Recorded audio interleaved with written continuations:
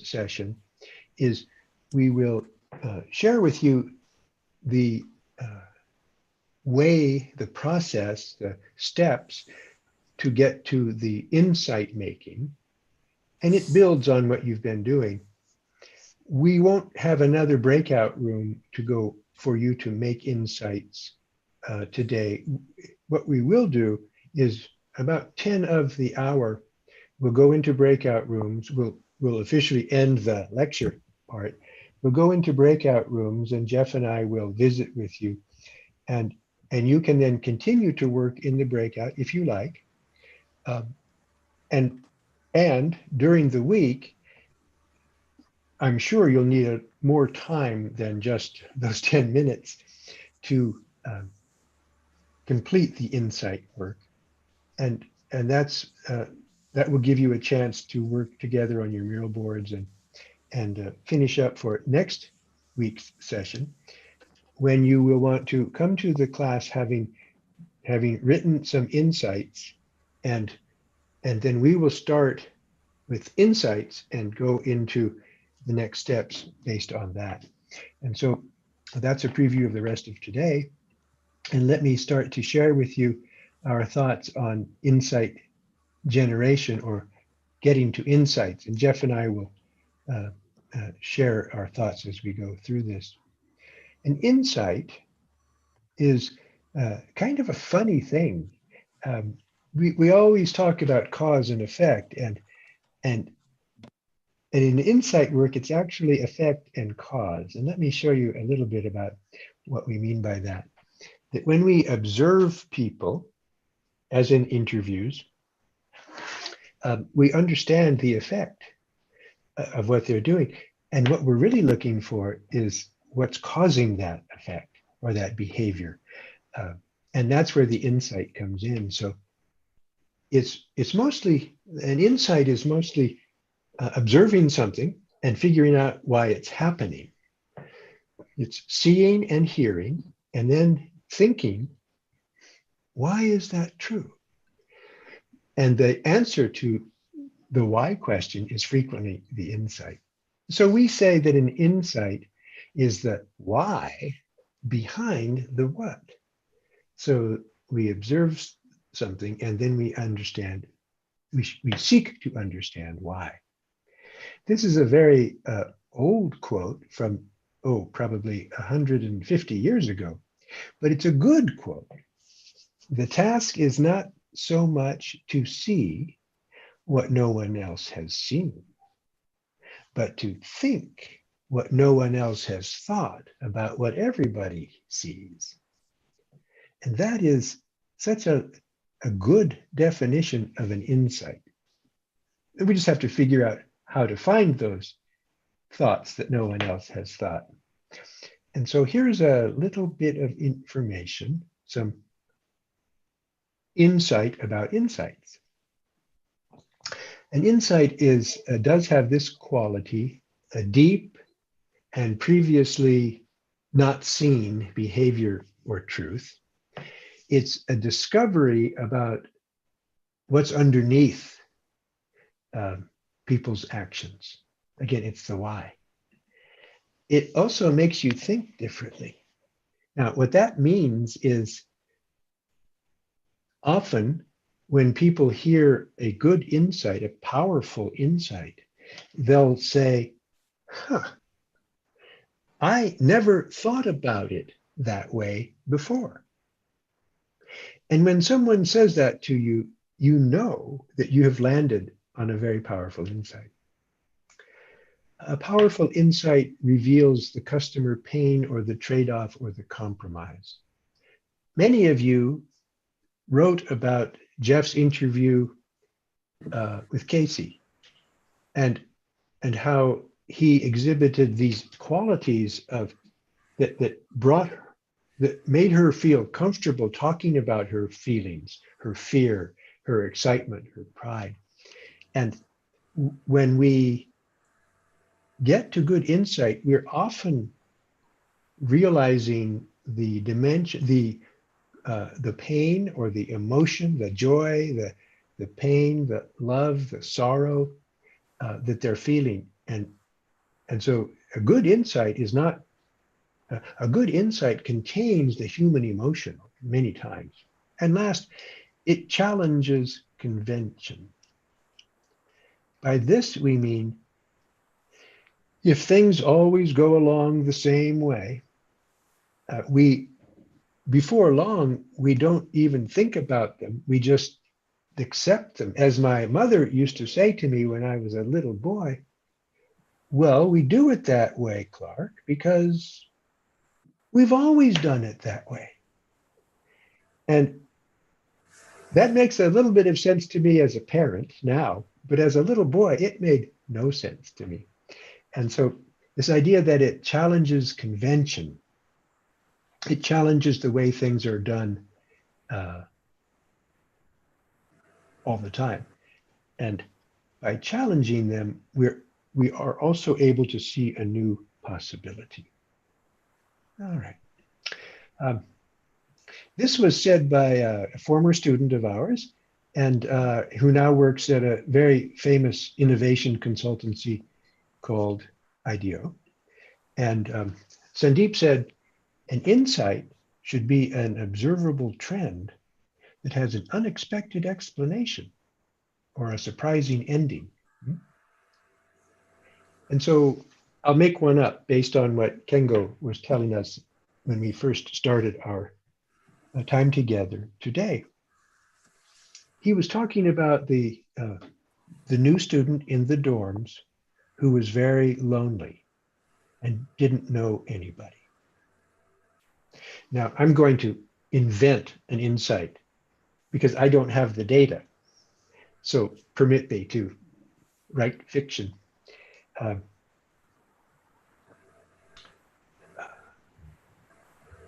Being alone without friends in a new environment of college is difficult because we fear that no one likes us. Jeff, any way to improve that? I'm not sure it's spot on, but maybe. Yeah.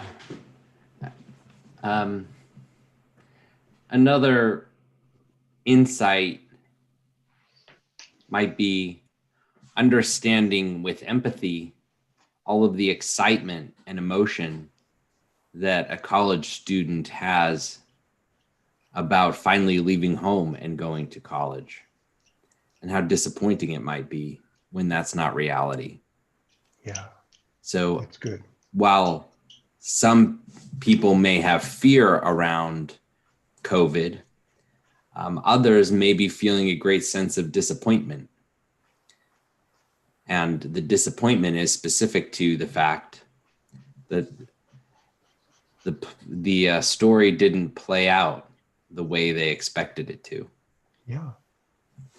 But wait, this was supposed to be fun. Yeah. So for the students, Jeff and I are doing what we often do, which is a technique called yes and. So one of us will say something and the other one doesn't say, oh, that's wrong. It's a yes and. So it's additive. We're building on each other's ideas. A design thinking skill, certainly. Okay. And what we're doing here is we're showing you many different parts of what makes an insight. And we have a few more parts to show you as well before we go back into our final breakout. So an insight enables innovation because it helps us understand that intersection of the three elements that make a successful innovation: desirability, feasibility, and viability. In other words, will people love it? Can we make it? And will we have a profit doing it? That's the business framework of an innovation. And insights give us the knowledge of how to succeed in each of these three areas of desire, feasibility, and viability. Okay. sometimes we have to apply our little test to see if an insight is in fact a good insight. So oftentimes we write insights that don't quite rise to the level of insight. They're true, but they're not that surprising ending, that new knowledge. So people hate Slurpee brain freeze. You all know what brain freeze is when you eat too much cold stuff. Well, that's true. People do hate Slurpee brain freeze. But there's no why to that. It's just saying what is commonly known. Another is that it's not just restating the original problem. I'll use the Kengo story. Students are isolated during the pandemic. True, but not an insight, just a statement of what is real. And a good insight doesn't suggest the answer. It doesn't embed the solution. For example, I wish I had an exercise app that tracked my movement and gave me rewards. So that's just describing a solution. We don't know why that person wishes they had an app to track their movement and gave me rewards. If we could answer the why of that person's desire, we would know how to solve that. We would have an insight about how we might help that person. And it may have nothing to do with tracking your movement and giving you rewards. And another test for an insight is it empathetic? Does it, as we were saying earlier, does it reflect an emotion, a frustration, a delight, an ambivalence, a hope, a fear? If I say to you in an interview, I just loved that thing, then as an interviewer, you're going to say, you loved it?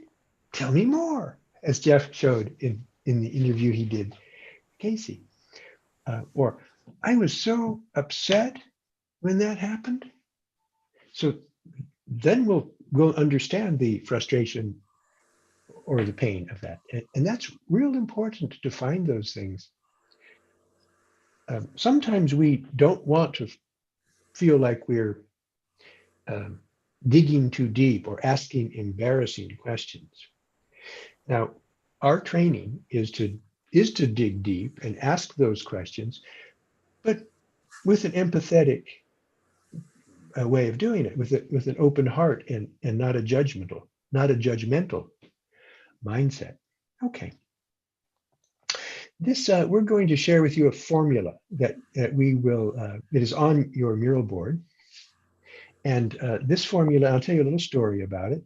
This is a formula that is we understand the user's current state, and then we understand the need or the dilemma they face, and then we use those to create a wish, want, or change statement, which is the insight. So I'm going to give you an example of this. And this may be only an American thing, but I'll share the story with you and you can decide. So, and this was actually true when I was a new parent 35 years ago. New parents, both working, and the kids are learning how to use the potty to get out of diapers. And that's what's going on in our example. That's the current state. And the dilemma that those young new parents, first kid, that those young parents face is that the elders, their parents, the grandparents, are judging them because the kids are still in diapers. Well, if your mom is saying, why is your baby still in diapers? I had you potty trained when you were that age. That's a verbatim quote from my own life. The new parent, I was feeling ashamed and overwhelmed, and I didn't have any sleep, and I was being a bad parent, and it was a mess. And my wife was feeling the same stuff. So when we put this together into the wish, want, change statement, new parents want the peace of mind that they are good parents and not falling behind. So that idea that we want to feel like we're good parents. Notice that it wasn't saying we were good or bad parents. We needed to feel that way so that my mom would be proud of the job I'm doing as a parent, for example. Well, you may chuckle when you see the solution. This was research done by a company that made uh, disposable diapers. I don't know if any of you have children right now, but uh, you may soon, or you may have in the past. But diapers come with a little disposable diapers. There's a little adhesive tab at each one. Diapers. So the solution that Kimberly Clark came up with was this product called Pullups. Now, Pullups are diapers, but they don't have the tabs. They're more like underpants.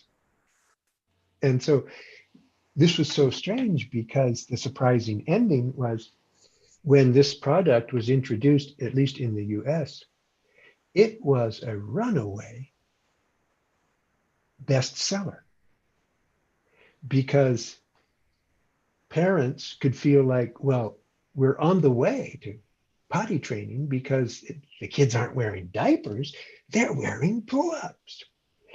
And this story, when I first came upon it, and Jeff and I use the story a lot in teaching this because it was certainly true in my life.